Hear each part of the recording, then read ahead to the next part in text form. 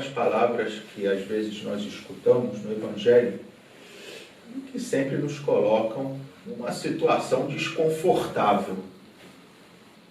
Porque são sempre palavras de uma exigência tal que nos levam inevitavelmente a uma reflexão sobre a seriedade e a profundidade do nosso compromisso para com Deus e com Jesus.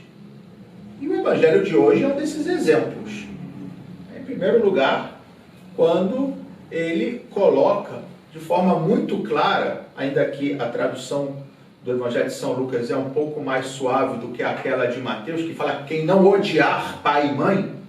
Aqui já no texto de Lucas fala aquele que não se desapega, e que de fato é já uma interpretação daquela palavra, que sem sombra de dúvida era bastante mais colorida, digamos, mas que também era parte do estilo de pregação para causar um impacto. Mas enfim, a ideia é essa, que Deus tem que estar em primeiro lugar, por em cima da minha família, por em cima de mim mesmo.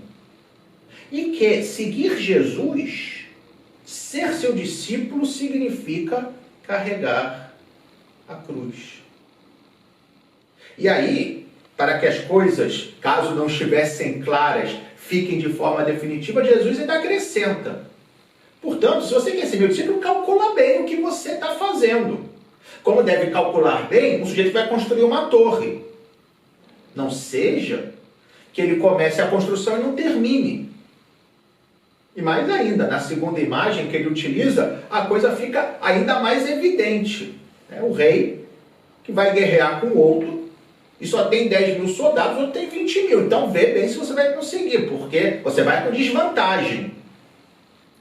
E não, você vai para a guerra e não tem como ganhar, não somente você vai perder, mas vai ser absolutamente derrotado.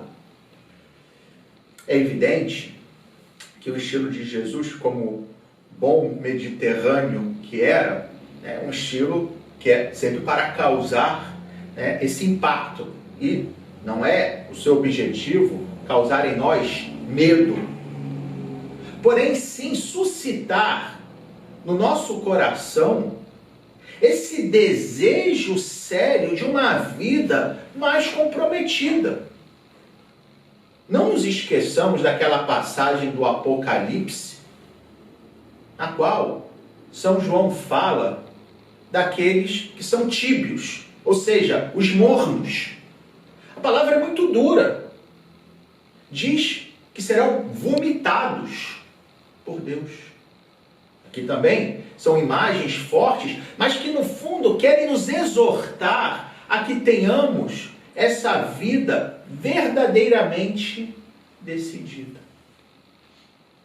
Nesse sentido, sem sombra de dúvidas, o santo que hoje nós fazemos a comemoração tem muito a nos ensinar. São Carlos Borromeu.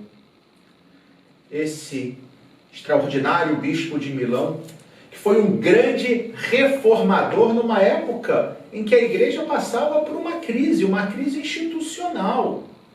De fato, estávamos meio ao Concílio de Trento, com a reforma protestante em meio, onde de fato era necessária uma reforma nos costumes do clero, do povo de Deus. E São Carlos tinha tudo para dar errado. Ele, com 24 anos, foi feito bispo, porque era sobrinho do Papa Pio IV.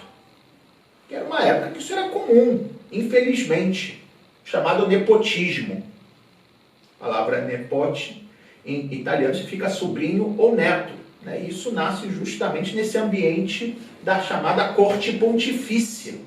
Então a gente vê o nível de desordem que estava, de fato, na igreja.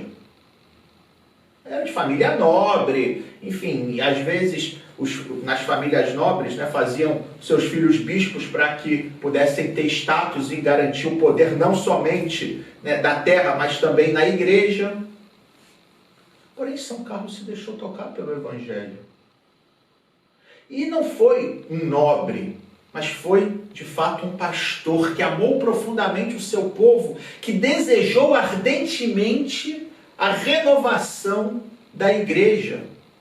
Se dedicou aos pobres, a tal ponto que ele morreu no ano 1584. E, pouco antes, tinha iniciado uma peste. A gente vê que não é somente nos dias de hoje que nós temos pestes. E o que ele fez? Foi estar com os doentes e acabou morrendo em consequência disso. A oração do dia de hoje é para nós, penso, o resumo de tudo isso que acabamos de escutar. Nós dizíamos na oração: conservai, ó Deus, no vosso povo o espírito que animava São Carlos Borromeu. E que espírito era esse que a gente peça que Deus possa manter e conservar no nosso coração? O espírito daquele que é sempre fiel ao Evangelho, que busca a renovação constante da igreja para que possa mostrar a verdadeira face do Cristo ao mundo. Isso. Buscar essa renovação no meu coração a cada dia. Buscar a fidelidade ao Evangelho, não mais ou menos. Eu pego isso aqui que eu gosto, o outro eu finjo que eu não escutei. Não, tudo. Com Deus é tudo ou nada. Não existe mais ou menos, não existe nesse sentido, não existe cinza. Sim, quando eu vou tratar com os demais, que eu respeito os limites dos outros, mas na minha relação com Deus, eu não posso permitir isso. É óbvio que eu sou fraco e vou pedir perdão, e por isso que eu peço perdão, mas eu tenho que sempre estar buscando o máximo. Para quê? Para mostrar ao mundo a verdadeira face de Cristo. Isso na minha própria face, que a minha face seja um reflexo da face de Cristo. Foi assim que São Carlos Borromeu converteu aqueles que ele tinha por diante. Foi assim que foi o maior reformador da igreja naquele período. E é assim que cada um de nós vai ser também um reformador da própria vida, e tenhamos a certeza, reformador de todos aqueles que estão ao seu lado. Louvado seja nosso Senhor Jesus Cristo. Para sempre seja louvado.